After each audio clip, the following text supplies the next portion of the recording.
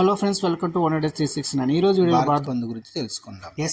SC వర్గీకరణను సమర్థిస్తూ supreme court ఇచ్చిన తీర్పును కొందరు ఆనందం వ్యక్తం చేస్తున్నారు, మరికొందరు మాత్రం తీవ్రంగా వ్యతిరేకిస్తున్నారు. సుప్రీంకోర్టు ఇచ్చిన తీర్పుపై బహుజన సంఘాలలో తీవ్ర వ్యతిరేకత వ్యక్తమవుతుంది. ఎస్సీ వర్గీకరణను అనుమతిస్తూ సుప్రీంకోర్టు ఇచ్చిన తీర్పును కేంద్ర మంత్రి చిరాగ్ పాస్వాన్ కూడా వ్యతిరేకించారు. దీంతో దేశవ్యాప్తంగా ఆందోళన మొదలవుతున్నాయి. ఎస్సీ వర్గాల్లో ఉపవర్గీకరణ చేపట్టాలని సుప్రీంకోర్టు ఆదేశాలకు నిరసనగా ఆగస్టు 21వ తేదీన భారత బంద్కు పిలుపునిచ్చాయి. భీమ్సేన ట్రైబల్ ఆర్మీ చీఫ్ బంద్కు పిలుపునకు పలు సంఘాలు కూడా మద్దతు పలికాయి. ఈ తీర్పు ఎస్సీలోని ఐక్యతను దెబ్బతీసే విధంగా ఉందని మండిపడుతున్నాయి. దీంతో దేశంలోని అన్ని పాఠశాలలు, కాలేజీలు, యాజమాన్యాలు సెలవు ప్రకటించే అవకాశం. Thank you friends. ఈ వీడియో నచ్చినట్లయితే లైక్ చేయండి, షేర్.